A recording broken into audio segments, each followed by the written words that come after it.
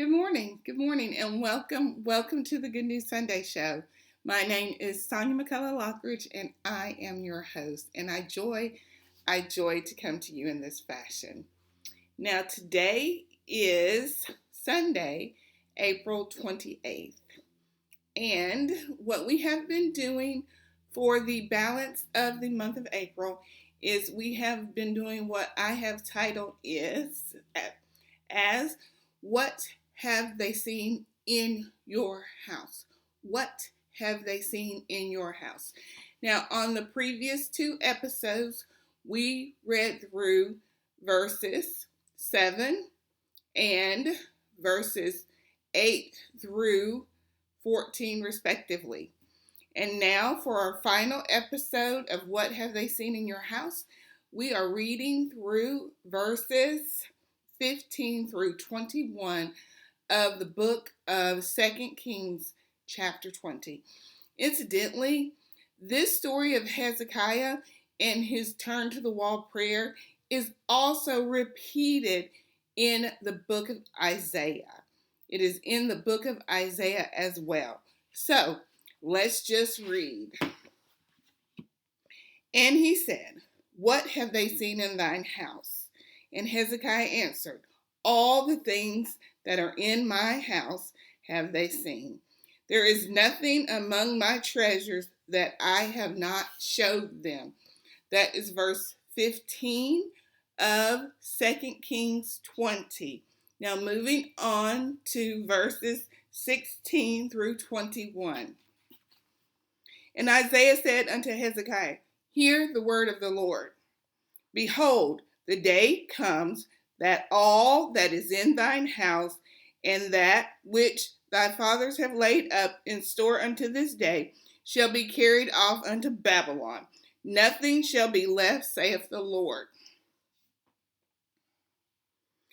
And of thy sons thou shalt issue from thee, which thou shalt beget, shall they take away, and they shall be eunuchs in the palace of the king of Babylon." Then said Hezekiah unto Isaiah, "Good is the word of the Lord, which thou hast spoken." And he said, "It is." And he said, "Is it not good if peace and truth be in my days?" And the rest of the acts of Hezekiah and all his might, and how he made a pool and a conduit and brought water into the city, are they not written in the books of the Chronicles of the king of Judges?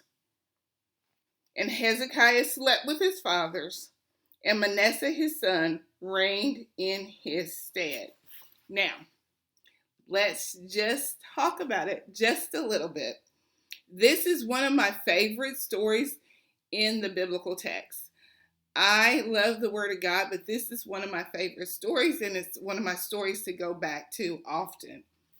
So, Hezekiah showed the envoy from Babylon everything in his house.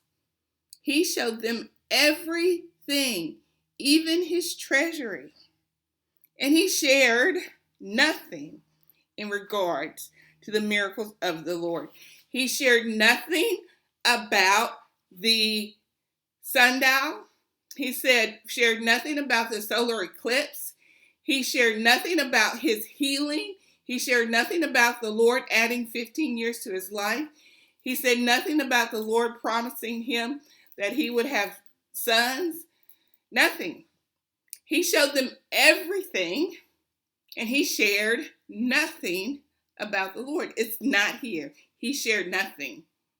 So, he showed them everything that was in his house, all of his treasury, and every single thing. But he shared nothing about the great I am and how he had saved him from a terminal illness. And not only did he save him, but he added 15 years to his life. And not only did he add 15 years to his life, but he promised that he would have children, because at this point in time, when Hezekiah was terminally ill, he had no children. And then He allowed for Hezekiah to go back to the house of worship. Hezekiah was so sick that he couldn't even go to the house of the Lord. And if that wasn't enough, if that was not enough, the Lord God Almighty moved the sun for this king. And he said nothing. He shared nothing about all of these things to the envoy of the people from Babylon. He thought it was so awesome that they were coming to see him that he failed to share anything that the Lord had done for him in his regard. And remember back to his prayer when he was praying to the Lord to be healed, when he recounted all the things that he had done for the Lord. He gave him his whole CV.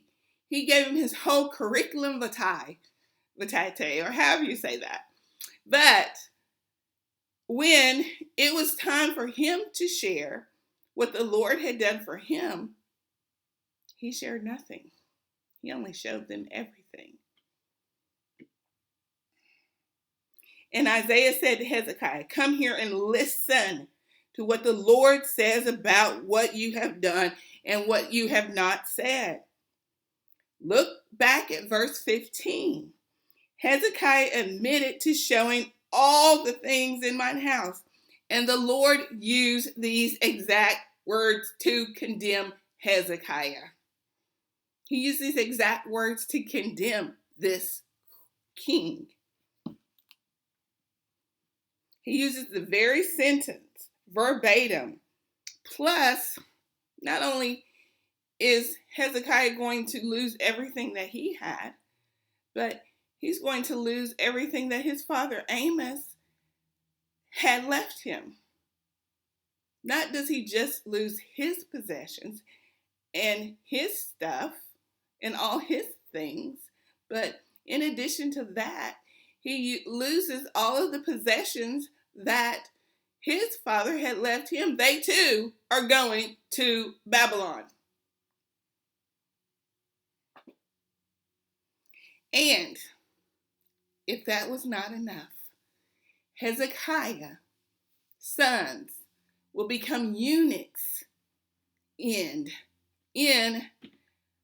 the king's palace. The king of Babylon, will have Hezekiah's sons as eunuchs. What does this mean? Eunuchs are not allowed to have children. They are castrated to such a disease that to such a degree that they can no longer conceive children. So this is it. This is the end of Hezekiah as we know it. His family line and lineage is cut off with his sons. There will be no grandsons, says the Lord. And at this point, in verse 19, Hezekiah sadly realizes his fatal error, and he becomes content with this truth and with peace, because that's all the Lord is leaving him with. That is all that he is going to have, is truth and peace. And at this point in time, Hezekiah agrees with the Lord that this is enough. This is enough. It's enough for me to just have truth and peace in my final days.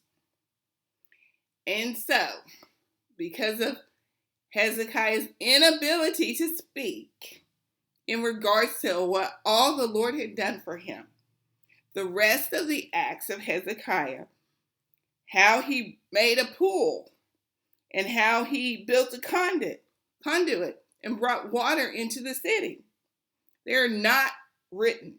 They are not recorded in the book of the Chronicles of the Kings of Judah.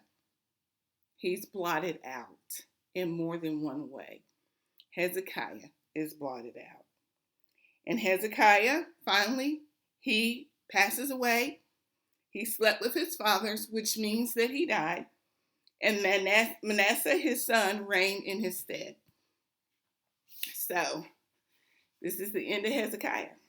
This is the end. So the question at hand today is, what can we learn from this narrative? What can we learn from the story of Hezekiah? Are we careful? Are we careful with our show and tell? Are we ever so careful with our show and tell and make sure it's not show and show? And make sure it's show and tell. Make sure it's show and share what the good Lord has done for you and for me. It is show and show is not the standard of the Lord God Almighty. He would love for our testimony to be focused on Him and what He has done in regards to this, our one life. It cannot be show and show. It must be show and tell. Or better yet, tell and not show. Because these earthly things that the Lord blesses us with will pass away. They will pass away. So,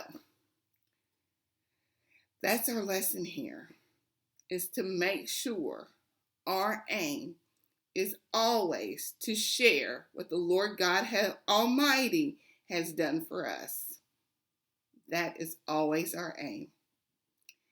This is all I have for us today. May the Lord Jesus continue to keep and bless you on this very day. This is Simon Color signing out for the Good News Sunday Show, Keyword Bible Studies, and a host of many other things. Thank you, and have a blessed day in the Lord.